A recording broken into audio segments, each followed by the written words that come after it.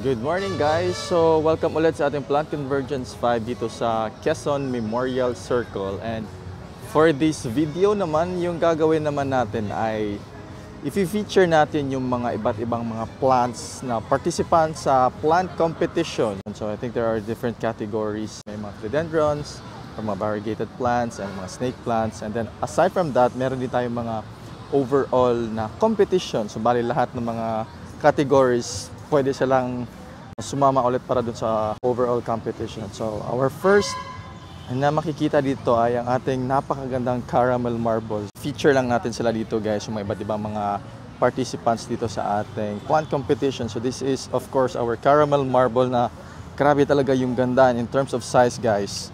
So, yan, ganyan siya kalaki. Sobrang laki na niya. And then very lush. And it's very pink. Caramel marble talaga yan, parang cappuccino color. Caramel na caramel yung makikita natin na kulay. This one naman, this is our Burle Marx. Monstera Burle Marx Flame ito. Seldom do we see na ganito naka-mature yung ating mga Burle Marx Flame. Kasi pahirapan talaga itong mahanap ngayon guys. Yun, sobrang fenestrated na siya, mature form. Then meron na nga yung pole. This Monstera is also one of a kind guys. So the idea for this one is Monstera acocayaguensis na variegated. So kung titignan natin guys, yung mga monsteras naman talaga, they almost have the same look. Ito nga, para siyang Adansonii na sobrang laki lang natin tignan. So for this one, this has the Aurea type of variegations, and I think this is the biggest one I have seen in my entire life, in person and maybe in videos or in posting mismo. So tignan nyo guys kung gaano kaganda yung details sa kanyang fenestration, tsaka kung gaano na rin siya kalaki. I think isa ito sa pinakamagandang monstera na makikita natin dito sa plant show. And I think this, actually almost all of the plants naman na andrito guys sa Plant Convergence ay for sale. Itong mga sumunod naman ay mga bromeliads natin na participants guys. So hindi tayo masyadong expert sa bromeliads and mag-cheat code tayo dito sa kanyang ID. So this is called as Herographica na bromeliad. Yan, it's very amazing also kasi yung soil mix na gamit pala dito ay pwede lang din yung coco cubes. Yan, sobrang ganda din yan. Parang tiger print. Beside it guys, it's another bromeliad. Yan, very sturdy din yung dahon nito. Sobrang kapal. Yan. The ID for this one is Hectia glauca or glauca. So right beside it is an anthurium. Ito guys. Meron tayo ditong Genmanii cardboard. Grabe na yung ano niya. Laki niya guys. Pinakamagandang details talaga ng cardboard. Although this is not variegated, but tignan nyo guys kung gaano siya kaganda yung kanyang details. Very thick pa yung mga dahon. This one, this is our philodendron. Ruwaysap naman guys. Yan, has that very distinct na mint type of variegations. Yan. Melanoni siya guys na parang hybrid na melanoni yung ating ruwaysap. So madynamic cell. This cultivar is from Thailand. Sounds like Thai talaga. Ito, meron tayo ditong strawberry shake na sobrang laki na. Parang meron din akong ganitong strawberry shake sa bahay na ganito na rin ka-trailing. And wow, ito guys, isang napakagandang Dark Lord na variegated. So this one, I think, hindi lang ako sure pero baka kilala ko yung may-ari nito. Pero baka lang, hindi lang tayo sure. So si Dark Lord guys is actually known to be a local dito sa Pilipinas. Yeah, this one has the sectoral type of variegations and actually it's still very pricey right now in the market. Dito naman meron tayo ditong FB cross with Mayoy or the Kitina, but this is the red variety naman. Yeah, meron siya mga pinkish, mga reddish brown dito na shade guys. So this is also variegated, by the way, kung i-check po natin. Yan po, variegated po itong Kitina na ito. And at the back, that's our silum. So, grabe, sobrang laki na. Napakalaki na ng silum, guys. And below them are our Scindapsus naman. Sobrang, marami tayong mga participants for the Scindapsus naman na category. So, this is dark hyderaceous. Sa likod ay isang Scindapsus bonaken. Napakaganda. You know, very beautiful yung kanyang sectoral type of variegations. Ito din, sobrang ganda ng Sinopati. Wow. Guys, tignan nyo yung kanyang variegations guys. So parang almost consistent siya with the half moon type of variegations. So yung Sinopati pala guys, Ganito yung lumalabas sa kanya guys, sa mga new leaves yan. Parang yellow-green. But then eventually, yan, mag-brighten yellow pa yan. So, napakagandang Raja, Scindapsus Raja guys. Wow, this is cultivar is from Indonesia. This one is our Scindapsus argyrius albo naman guys. So si argyrius has so many different varieties din. May mga albo, may aurea, they even have the tricolor combinations na napakadami din. At kakasabi lang natin guys na si argyrius ay meron mga iba't ibang mga cultivars din. So dito sa likuran niya ay isang napakaganda at napaka-rare pa ngayon.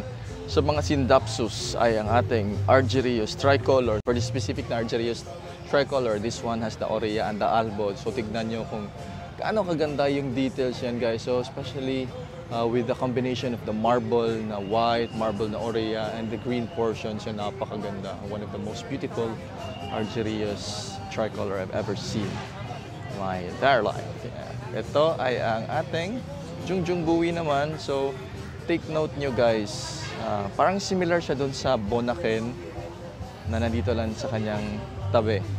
Yan, tignan nyo kung ano yung difference. Si Bonaken is more parang yung green na portion niya, parang very light lang yung ating white na portions or speckles dyan. Si Jungjungbui, on the other hand, yan, makikita natin na mas detailed yung white speckles na portion doon sa green na part ng ating mga dahon. Ito ay ang ating Lungis tipitatus naman with the green on green na type of variegation. So, medyo kakaiba yung Lungis tipitatus compared with the other Scindapsus naman ng mga cultivars. And this is one of the most beautiful na nakita natin dito sa Plant Convergence guys. Scindapsus Raja from Indonesia naman. Tignan nyo kung gaano kaganda yung kanyang dahon guys. So, at first look parang isipin natin na parang similar siya ng yupa. But then for this one, napaka-tingkad talaga ng kanyang yellow. And then mas malalaki yung kanyang dahon compared with the yupa. Yung sobrang ganda no. One of the classics din ng mga Scindapsus guys ay ang ating pisan. Ito napaka-tangkad na niya, trailing na. And ito naman yung mga iba pang mga participants guys. This one is called as Euphorbia decariae spirotica. Yan, ewan ko lang kung tama ba yung pagka-pronounce ko. But sobrang ganda din, no? Napaka-cute niya. So cute lang siya guys, maliit. And then ito ay isa pang napaka-unique guys. I think this is the first time I've ever seen this one.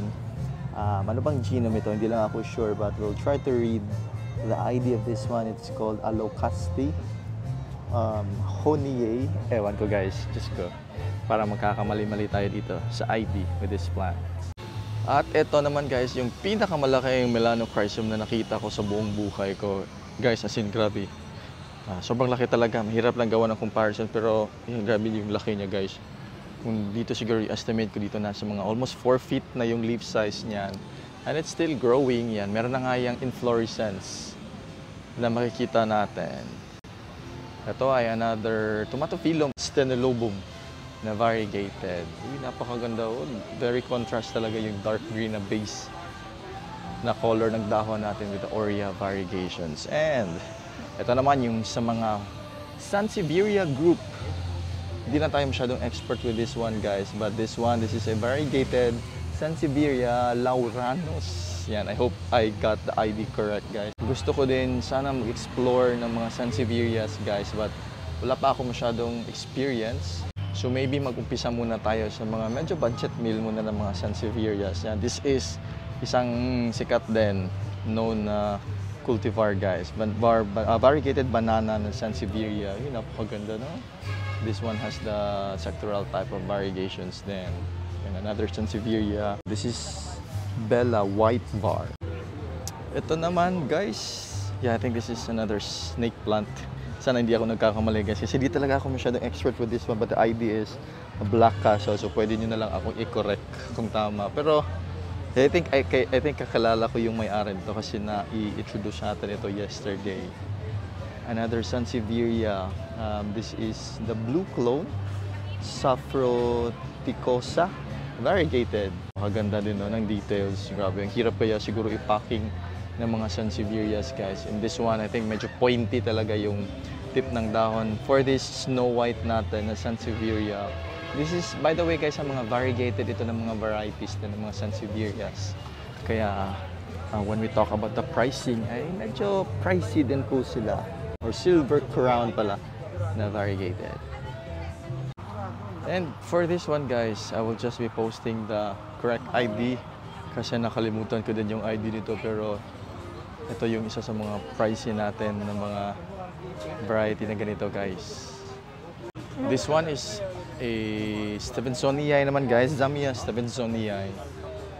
I'm not sure if variegated, but I think hindi naman ito variegated ata. Pero grabe ganda din, no? Stevensonii. Uy, ito. Disyanta. Landnia Disyanta. Parang family of palm trees. Yan. Ito, nakakita na ako nito dati. This one is Hori Docus. Uy, grabe na. Ganda din. And some Plantiserium are also part dito sa competition, guys. And another variegated anahaw naman ito, guys. So, if you have time, pwede kayong magpasyal-pasyal dito sa Plant Conversions 5 para makita nyo rin yung mga hi natin, mga ano natin, mga kasangga natin sa public service. Plant Convergence 5, guys.